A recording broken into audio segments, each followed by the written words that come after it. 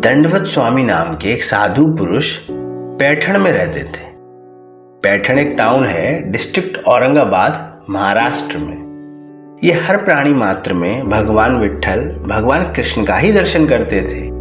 किसी भी प्राणी को देखते ही या उसे दंडवत प्रणाम करते। इसी से इनका नाम दंडवत स्वामी पड़ा। यह एकनाथ महाराज के शिष्य थे। एक बार कहीं एक गधा मरा पड़ा था। कुछ ब्राह्मणों ने दंडवत स्वामी से कहा कि इन्हें भी प्रणाम करिए। उन्होंने मरे गधे को भी प्रणाम किया और आश्चर्य की बात यह है कि वह गधा उठ खड़ा हुआ। इस विलक्षण सिद्धि को देखकर गांव के सब लोग दंडवत स्वामी को मानने लगे, वंदन करने लगे। योग साधना से अनेक प्रकार की सिद्धियां प्राप्त होती हैं, इसमें संदेह नहीं है, पर यह सिद्धियां परमार्थ में बाधक होती हैं। इस कारण भगवान के भक्त इन सिद्धियों के पीछे नहीं भागते।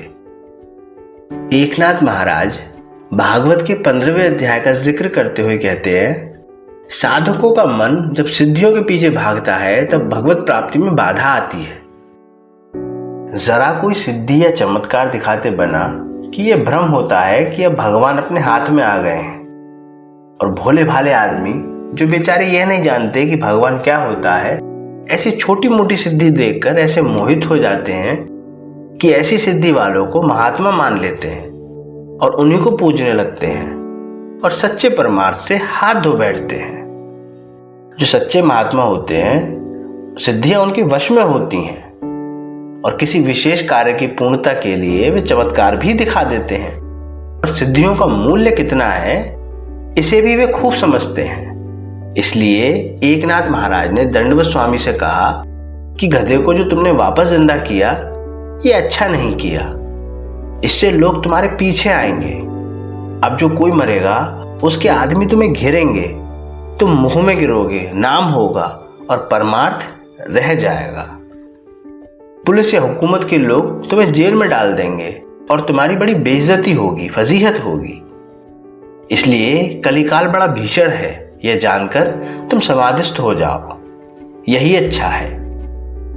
यह उपदेश पाकर दंडवत स्वामी ने आसन लगाया और भगवान का ध्यान करते हुए स्वच्छंदता पूर्व देह त्याग कर दिया।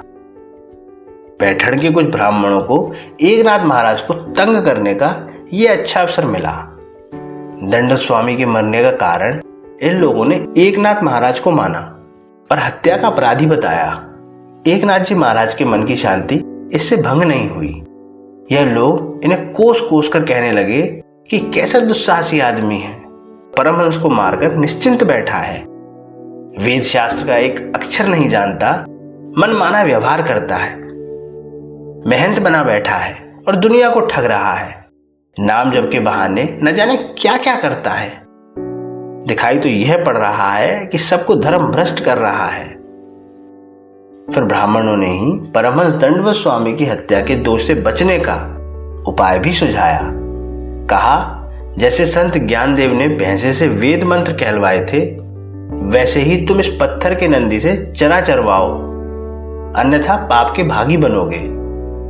इस पर एकनाथ महाराज हाथ में चरी लेकर नंदी के सामने आकर बोले, जिन ब्राह्मणों के वचन से मूर्ति में देवत्व आ जाता है, उन ब्राह्मणों की बात रखो।